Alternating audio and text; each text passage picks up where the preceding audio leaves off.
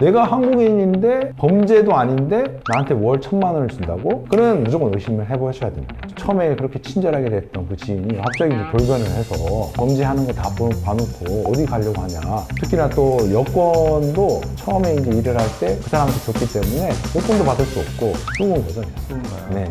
변호사님, 요즘 뉴스를 보면 캄보디아나 필리핀 같은 해외에서 한국인들이 범죄에 연루되는 사건 최근에 문제가 좀 되고 있는데요. 알고 보니까 또 취업이 잘 안 되거나 대출 문제 때문에 빚이 많으신 분들이 고수익 해외 취업 광고에 속아서 가신 경우가 좀 많다라고 하더라고요. 그러니까 일반적인 내가 돈이 뭐 어느 정도 여유가 있거나 뭐 이런 경우에는 쳐다도 보지 않을 그런 광고 문구에 요즘은 이제 워낙 힘드니까 이제 혹해가지고 동남아에 가서 그런 식으로 이제 사기를 당하는 분들이 많습니다. 지금 캄보디아 관련해서 그런 그 이슈가 크죠. 근데 예전부터 동남아는 그런 범죄 조직들이 보이스피싱이나 로맨스 스캠, 사설 토토 이런 범죄를 하는 경우가 많았습니다. 이러한 조직들은 보통 이제 점조직으로 활동을 하는데, 점조직이라는 게 나중에 총책들이나 관리직 같은 고위 범죄자들이 자신들이 잡히지 않기 하기 위해서 그냥 일반적으로 개인 간만 알게 되는 그런 형태를 말하는 거고요. 제가 맡았던 한 사건을 안내해 드리자면, 이분도 지인을 통해 가지고 동남아에 이민을 가려고 했었다가 지인이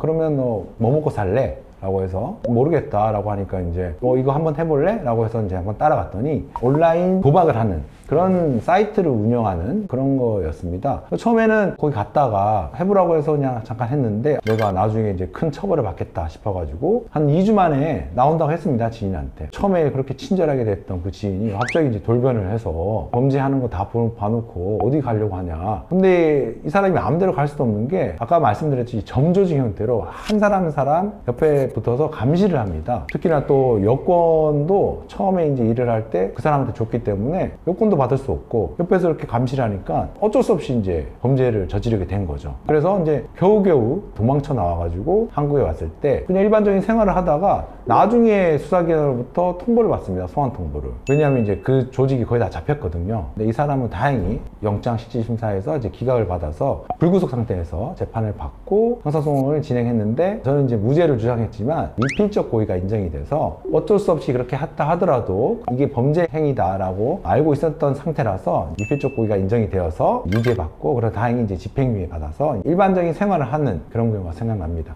취업 사기에 혹하셔서 가신 분들은 어떤 범죄 좀 많이 가담하시는 건가요? 보이스피싱, 그 다음에 요즘에 좀 뜨고 있는 게 로맨스 스캠이라고, 제가 담당했던 그 사건을 말씀드리자면 일반적으로 사이트를 열어놓습니다. 의뢰인은 성매매를 하려고 했어요. 그래서 성매매를 하려면 여기 사이트에 가입해야 된다고 하니까 알았다. 그러면 회원 가입하는데 돈을 일정 부분 내라는 거예요. 5만 원 넣고 여자랑 대화를 하면서 뭐 오빠 하면서 여기 다 하려면 돈 더 넣어야 돼. 근데 그때도 큰 금액이 아니었어요. 4만 원 이런 식으로 해서 넣었습니다. 근데 이게 쌓이니까 한 10몇만 원이 된 거예요. 이게 사람이 어리숙하다 해도 그 정도면 이거 사기일 수도 있겠다라고 생각할 수 있기 때문에 이 사람 의뢰인도 돈 돌려달라, 탈퇴하겠다 라고 했어요. 보통 이제 못 돌려줘 이렇게 하면 그냥 끝인데, 여기는 돈 돌려주는데 우리는 절차가 있다. 몇 단계로 나눠서 얘기를 해줘요. 근데 그 단계에 가려면 예를 들어 20만 원이 있다고 쳐요. 거기 더 넣었다 치면 한 40만 원을 보증금을 넣어야 되는 거예요. 일부러 굉장히 복잡한 절차로 안내해요. 실수를 할 수밖에 없어요, 이 사람이. 2천만 원까지 된 거예요, 이게. 이 사람은 돈이 없어서 대출까지 받아서 그렇게 넣은 거예요. 그게 로맨스 스캠인 겁니다. 다른 사람들은 여자가 돈 달라고 해서 왜 몇천만 원을 줘? 이게인데, 딱 보면 이게 돈을 그렇게 쓸 수밖에 없어요. 어쨌든 보통 동남아에 가서 취업 사기 당하신 분들은 그렇게 로맨스 스캠에서 여자인 척 하는 남자인 거죠. 한국말 잘해야 되니까. 범죄 조직에 어쩔 수 없이 그런 식으로 일을 하는 거죠. 근데 그 사기 피해 금액을 이렇게 대출을 받아서 스캠의 피해를 당하게 되시는 거잖아요. 네네. 그분보다도 더 피해 금액이 높으셨던 분도 있었나요? 많죠. 뭐 억 단위도 있습니다. 잡는다고 해도 피해자면서 가해자, 동시에 지위를 가진 사람들이 대부분이라서 잡았다 해도 이 사람도 돈이 없어요. 억 단위로 그런 식으로 피해를 받은 분들은 경제적으로 많이 힘들게 되는 거죠. 혹시 말씀 중에 돈 수거책 의뢰인 사례는 없나 보네요? 있어요. 보이스피싱 수거책이라고 한다면 대부분 생각하시는 분들이 ATM기에서 돈 뽑아서 누구한테 나눠주고, 이게 대표적인 수거책인데 이게 예전 방식인 거고요. 요즘은 너 이거 하면 대출해줄게 이런 거예요. 너 신용등급이 지금 낮으니까 신용등급 올리려면 거래량은 늘려야 돼 라고 하면서 이체를 시켜줘요, 본인 계좌에. 근데 이 계좌를 누구누구한테 나한테 이체를 다시 시켜. 이제 이게 딱 그건 거죠. 분배하는. 큰 돈을 받고 뿌리는 순간 이 사람은 범죄 행위에 가담하게 된 거죠.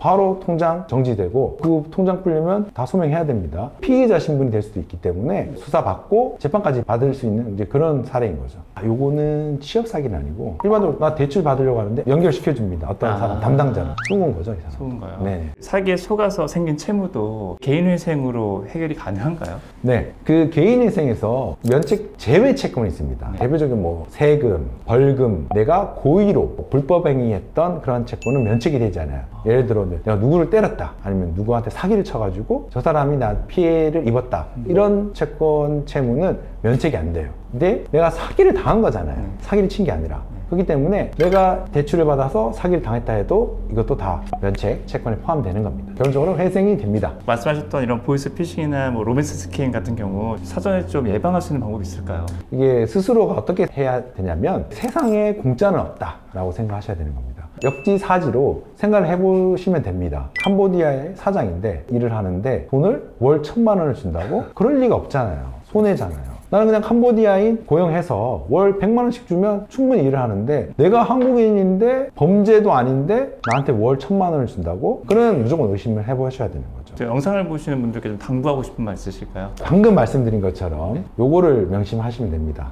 쉬운 일은 없다, 세상에. 열심히 하는 사람만 돈을 받을 수 있다. 일하는 자만 밥을 먹을 수 있다. 요거를 계속 생각하시면서 어떠한 일을 하든 그런 거를 염두에 두고 하시면 로맨스 스캠이나 아니면 취업 사기나 그렇게 당하지는 않을 것 같습니다. 오늘은 최근 문제가 되고 있던 캄보디아 사태와 관련해서 취업 사기, 보이스피싱, 로맨스 스캠에 대해서 알아보았습니다. 오늘 영상 도움이 되셨다면 구독, 좋아요 부탁드립니다. 시청해 주셔서 감사합니다.